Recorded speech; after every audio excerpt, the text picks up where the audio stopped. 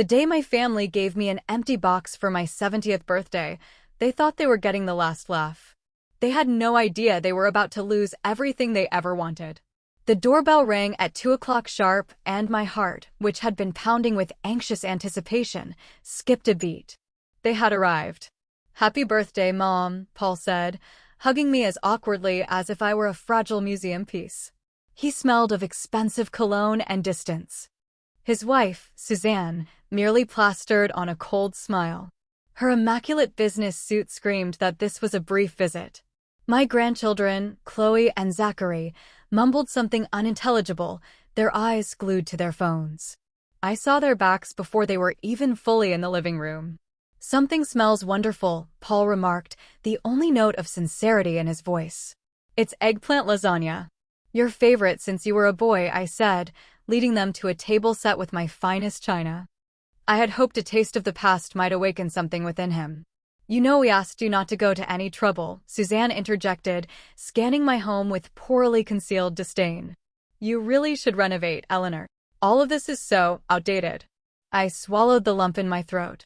I like my memories. The conversation at the table was torture. I tried to ask Chloe about her school play. "I'm playing Juliet," she tossed out, not looking up from her screen. "How wonderful. I would love to come and see it." Chloe looked at her mother in a panic. "I'm afraid that's not possible," Suzanne replied smoothly. "We only have 4 tickets. For us and my parents." Every word they spoke was a sting. Every minute of their presence felt like a favor. I hadn't even had the chance to offer the chocolate cake before Suzanne placed a neatly wrapped box on the table. "And now for your gift." We all picked it out together. A tiny, foolish flicker of hope ignited in my chest. Maybe they did remember. Maybe they did care. I carefully untied the ribbon and lifted the lid. Inside was nothing. An emptiness wrapped in expensive paper. I lifted my confused gaze to my son, and in that moment, they all began to laugh. A loud, cruel, unrestrained laugh. "An empty box for an empty woman," Paul choked out between his peals of laughter.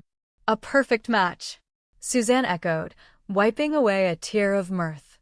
Chloe was filming my face with her phone. The world froze.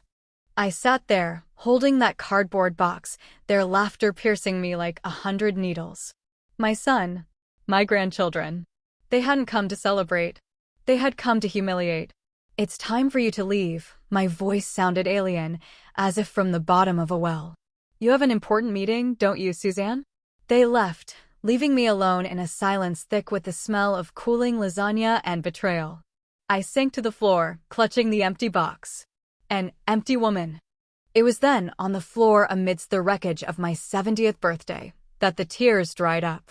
Through the pain and humiliation, something else emerged. A cold, quiet, and crystal-clear rage. I was not empty. I was Eleanor Vance, and my home was filled with memories of a man who had truly loved me. And he had left me more than just a house. I rose, feeling the ache in my knees give way to a steely resolve. I found my address book, opened it to the number for Arthur Jenkins, our old lawyer, and dialed without looking at the clock. "Arthur? It's Eleanor Vance. I need to change my will. Urgently." The game was just beginning. And now, I was the one setting the rules. Arthur Jenkins's office was in a historic red brick building downtown. He had hardly changed, still trim, with a neatly kept beard and a kind face. "Mrs. Vance, it's good to see you," he said, shaking my hand warmly. "You mentioned the will." "And more," I replied, taking a seat. "I need your professional advice." I took a folder out of my bag. "When Richard passed, he left me all of his property, correct?" Arthur nodded. "Yes, Richard was a very successful man.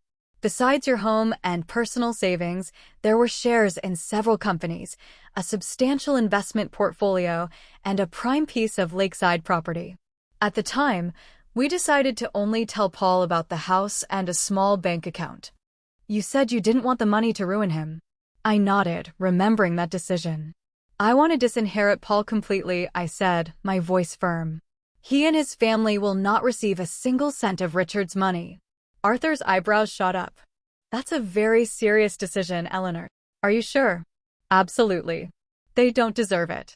In that case, to whom will you leave your estate? He asked. I handed him another document.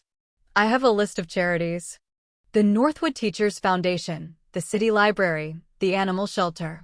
And I also want to establish the Richard Vance Memorial Scholarship for aspiring engineers. Arthur studied the list. Legally, this is all possible. However, your son might try to contest the will. I would advise we include a clause that anyone who contests the will is automatically disqualified from any inheritance. And you should also undergo a medical examination to confirm your full mental capacity. Do all of it, I said. And one more thing. The lakeside property. I want to sell it. Sell it. Arthur was shocked. But Richard bought that for the grandchildren. He dreamed of building a summer house there. Times have changed, Arthur. The grandchildren have changed. Or rather, they've been raised not to care about their grandmother or her gifts. I have other plans for that money. Before I left, Arthur asked, Are you going to tell your son about this? Yes, Arthur, I said. But not yet. I want everything to be in place first. And then I'll have a little surprise for my family. On the way home, I stopped by Agnes's. I needed to confide in my friend. We sat in her kitchen, and I told her everything. The empty box, the visit to the lawyer, the plan to sell the property and change the will. Good for you, she said, her voice triumphant. It's about time. But are you sure about moving out of Northwood? Absolutely. There are too many memories here, good and bad. I need a fresh start. Agnes stirred her tea thoughtfully. You know, my sister lives in San Diego. It's beautiful there, warm all year round. She's been begging me to move. Maybe we should go together? I stared at her in surprise. You'd come with me? Why not? She shrugged. At our age, it's time to think about warm climates and new adventures. And besides, she smiled, I wouldn't want to miss the show you're putting on for your ungrateful son. I laughed for the first time in days. It'll be a show to remember, I promise. 3 weeks flew by in a whirlwind of meetings with lawyers, realtors, and bank transfers. The lakeside property sold surprisingly fast. The new will was signed and certified. I had already found a new house, a charming cottage in San Diego, just 2 blocks from Agnes's sister. All that remained was the final act of my little drama. On a Friday evening, I called Paul. Mom, he said, surprised. I just wanted to invite you all for dinner on Sunday, I said in a neutral voice. I don't know, Mom. We're very busy. It's important, Paul, I said, letting a note of vulnerability into my voice. I want to apologize for my reaction on my birthday. And I have some news I'd like to discuss. A pause. All right, he said slowly. We'll be there around 6. On Sunday evening, the table was set with Richard's finest china. Agnes arrived early, ready for the performance. The family arrived at 6 o'clock sharp. Agnes, Paul said, raising his eyebrows when he saw her. I didn't realize we'd have company. Agnes is my closest friend, I replied. She is here at my request. After the main course, I decided the moment had come. Paul, Suzanne, I began, folding my napkin. I invited you here because I want to clarify something. When your father died, he left me more than just the house. He left me nearly $2 million in stocks, a $500,000 investment portfolio, and that prime piece of property by the lake. I kept it a secret because I wanted you, Paul, to make your own way. But after your gift to me, I thought long and hard, and I've made a decision. I saw the shock on their faces, the greed in Suzanne's eyes. I sold the lakefront property. You had no right. Paul shrieked, jumping to his feet. That was for the grandchildren. It was my property, I said calmly. And I sold it for a very good price, $1. $5 million. I donated half of it to the Teachers Foundation and the City Library. Part of it went to the Richard Vance Scholarship. And with the rest of the money, I bought a new house in San Diego, where I'm moving next month with Agnes. The silence in the room was deafening. You can't do that. Suzanne finally hissed. It's not fair. That was my children's inheritance. Unfair? I raised an eyebrow. Was it fair to ignore me for years? To mock me on my birthday? To raise your children to disrespect their grandmother? We'll contest the will. Suzanne screamed. We'll prove you're out of your mind. You can try, I smiled. But my lawyer has thought of everything. The will is ironclad, and I have a medical certificate confirming my full mental capacity. Anyone who contests it is automatically disqualified. Paul's face went pale.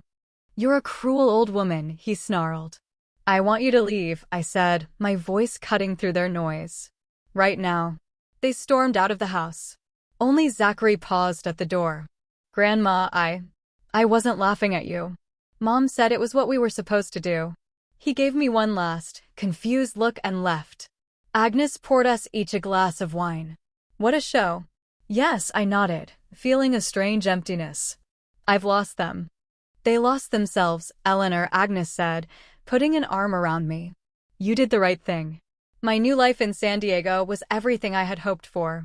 A cozy cottage with a garden, the ocean a 10-minute walk away. I found joy and peace, learning to live for myself.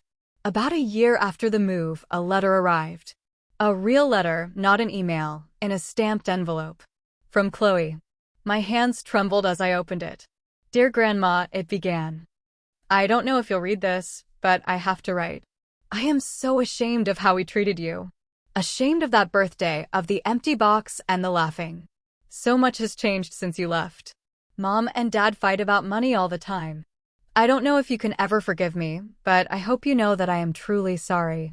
If you ever want to get in touch, I would be so happy. Love, your granddaughter, Chloe. Tears filled my eyes, but they were tears of relief, not sorrow. Perhaps not all was lost. A week later, I wrote back to Chloe. I told her that I held no grudge, that I was proud of her, and that my door in San Diego would always be open to her, but that my decision about the inheritance was final. My life here is good, I wrote. And I have finally learned to value myself, my desires, and my boundaries. You can always call or write. Whatever happens next, know that I love you.